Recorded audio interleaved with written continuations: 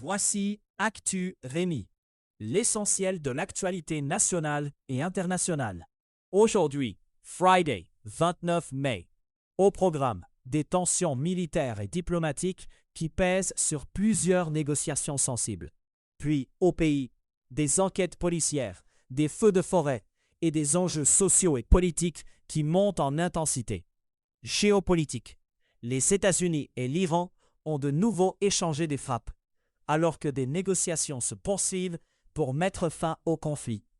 Le vice-président américain J.D. Vance affirme que les deux pays ont fait beaucoup de progrès dans les discussions. J.D. Vance dit toutefois que l'appui du président Donald Trump à une entente reste incertain et qu'il n'est pas clair quand ou si il signera. Du côté iranien, les autorités assurent qu'aucun accord n'a été conclu à ce stade. Sur le terrain, l'escalade s'est traduite par de nouveaux tirs entre forces américaines et iraniennes malgré les pourparlers. L'Iran a aussi lancé un missile balistique vers le Koweït, un geste qui élargit le risque régional. Dans ce contexte, des responsables américains expliquent que le cadre d'une prolongation de cessez-le-feu aurait été établi, mais qu'il attend encore des approbations.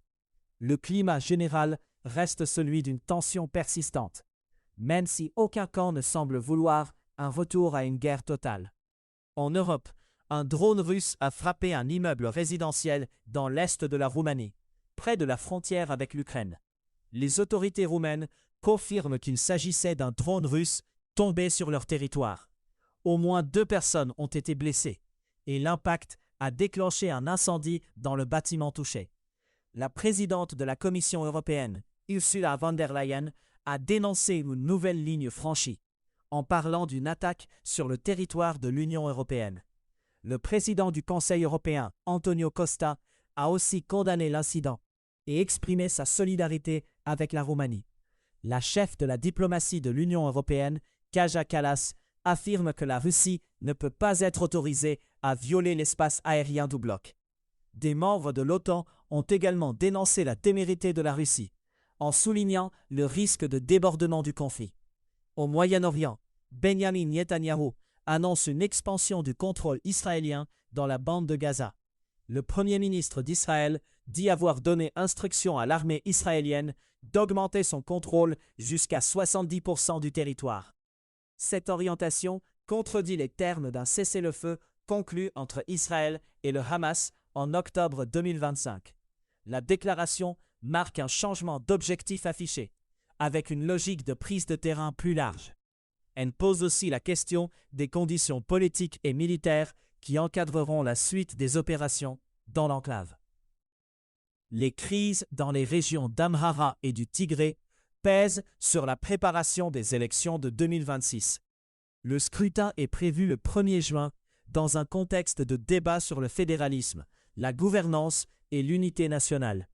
Les tensions et l'instabilité dans ces régions alimentent des inquiétudes sur le déroulement du vote. Les élections sont présentées comme un moment qui peut peser sur l'avenir démocratique du pays. Le climat politique reste donc marqué par des fractures régionales et des questions de cohésion nationale. Canada. Une enquête policière d'envergure a mené à des accusations après la diffusion d'images truquées générées par intelligence artificielle visant des Canadiennes. Des dizaines de femmes, dans plusieurs régions du Canada, disent avoir été bouleversées après avoir découvert des images violentes et sexuelles créées à partir de leurs photos. Des images auraient été prises depuis leurs profils de médias sociaux, puis manipulées pour produire des photos et vidéos réalistes. Plusieurs victimes décrivent un sentiment de confusion, de violation et de peur après cette découverte. Le service de police d'Ottawa a porté des accusations contre 2 hommes au terme d'une enquête menée dans plusieurs juridictions. L'affaire met en lumière la rapidité des outils de génération d'images et la difficulté pour les victimes de reprendre le contrôle de leur identité numérique. En Alberta, un feu de forêt dans le centre de la province a entraîné un ordre d'évacuation dans une partie du comté de Barrhead. L'incendie brûle au nord-ouest d'Edmonton et des panaches de fumée noire étaient visibles au-dessus d'un lac. Les autorités locales ont déclenché l'ordre d'évacuation jeudi après-midi, pour certains secteurs de la municipalité. La situation illustre le caractère abrupt des décisions sur le terrain, quand la fumée et le comportement du feu changent rapidement. Les résidents concernés doivent suivre les directives locales et se préparer à des déplacements rapides. En Ontario, la tension monte entre des leaders des Premières Nations et la police de Thunder Bay sur des dossiers de personnes disparues. Plusieurs cas récents, très médiatisés, ont ravivé les critiques sur la façon dont les recherches sont menées dans la ville. Des leaders autochtones disent que le rôle des chercheuses et chercheurs issus de leur communauté n'est pas respecté. Ils affirment que leur expertise du terrain et leur capacité de mobilisation sont trop souvent mises de côté. Le chef de police de Thunder Bay met en garde contre la circulation d'informations inexactes ou incomplètes. Le désaccord porte donc autant sur les méthodes de recherche que sur la communication publique pendant des enquêtes sensibles. Au Québec, des retards de financement pour des projets de la STM peuvent atteindre jusqu'à 5 ans. Ces délais allongés obligent la Société de transport de Montréal à assumer des millions de dollars en frais bancaires. Le mécanisme touche l'autorisation de financement, ce qui ralentit la planification et l'exécution de projets. Pour la STM, ces coûts s'ajoutent à des pressions budgétaires déjà importantes. Le dossier soulève aussi la question de la prévisibilité des calendriers d'investissement public. Toujours au Québec, des aînés vivant en résidence privée pour aînés risquent l'expulsion, faute de pouvoir payer leur loyer. Plusieurs d'entre eux ont des revenus fixes, ce qui limite leur capacité à absorber des hausses de coûts. Certains se retrouvent incapables de joindre les deux bouts, malgré des besoins de soins et de stabilité résidentielle. Le risque d'éviction place ces personnes devant des choix difficiles, parfois sans solution de relogement simple. La situation renvoie aussi au coût croissant du logement et des services dans le réseau privé. Enfin, le Parti québécois a reculé sur la remise d'un chapitre de son livre bleu concernant les Premières Nations.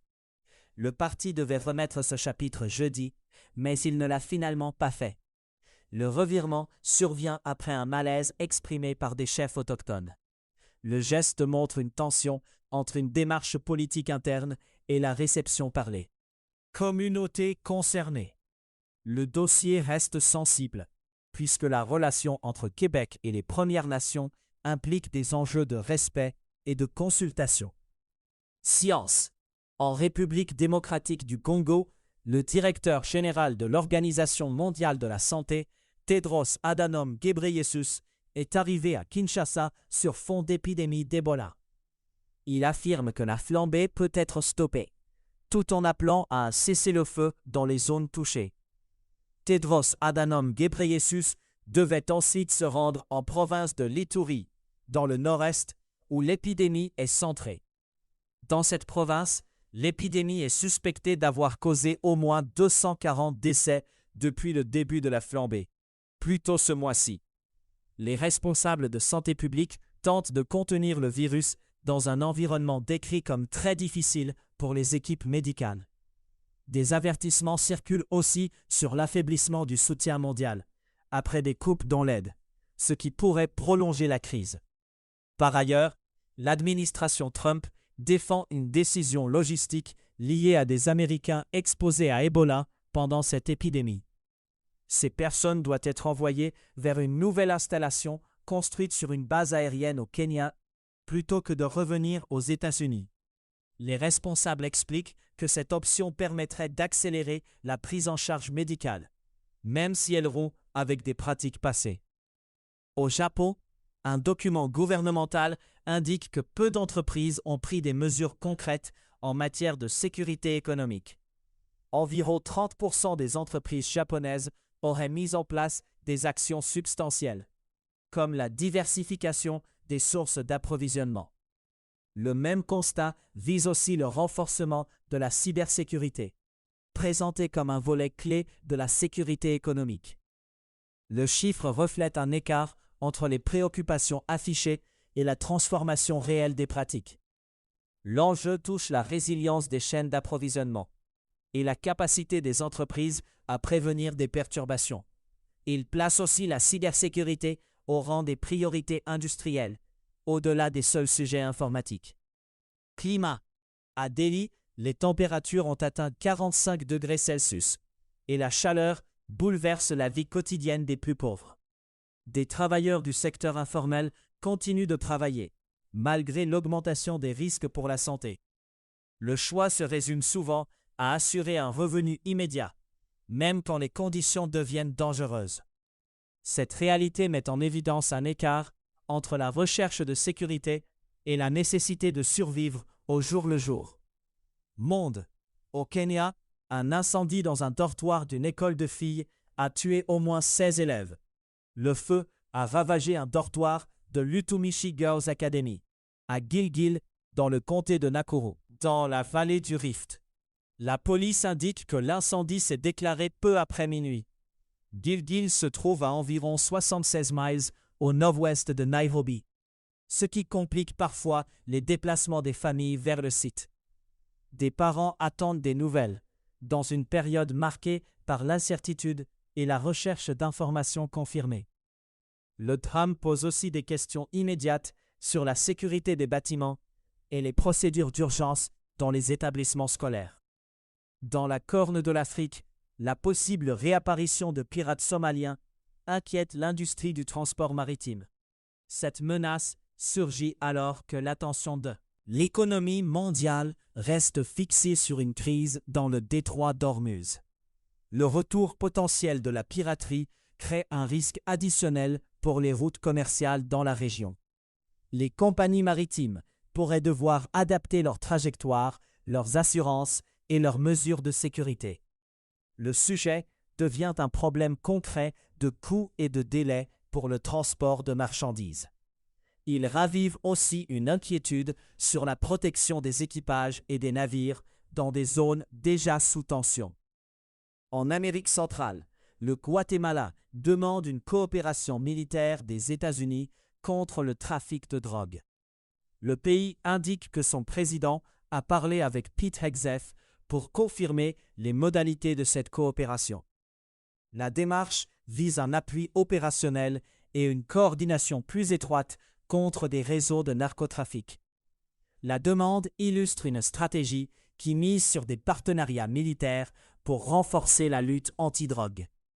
Elle place aussi la question de la souveraineté et du mandat exact de cette coopération au centre des discussions.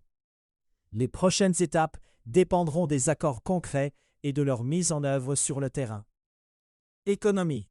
Sur les marchés des matières premières et des devises, l'or s'établit à 4 524 $ américains, en hausse de 2,9% sur 24 heures. L'argent se négocie à 76 $ américains, en hausse de 2,6% sur la même période. Le Bitcoin évolue à 73,752 en hausse. Le dollar canadien s'échange à 0,722 $ américains. Aux États-Unis, un indicateur clé de l'inflation s'est accéléré en avril au plus haut en 3 ans. La hausse érode le revenu et le pouvoir d'achat des ménages et accentue la pression sur les budgets. Le contexte devient aussi un défi politique pour le président Donald Trump et les républicains au Congrès. Les élections de mi-mandat sont prévues dans 5 mois, ce qui augmente la sensibilité au coût de la vie. L'inflation plus forte complique l'équilibre entre message économique et réalité des dépenses courantes. Elle rend aussi plus difficiles les promesses de stabilité quand les prix montent plus vite. Au Mexique, le faible taux de chômage masque une hausse du travail informel et un recul du secteur formel.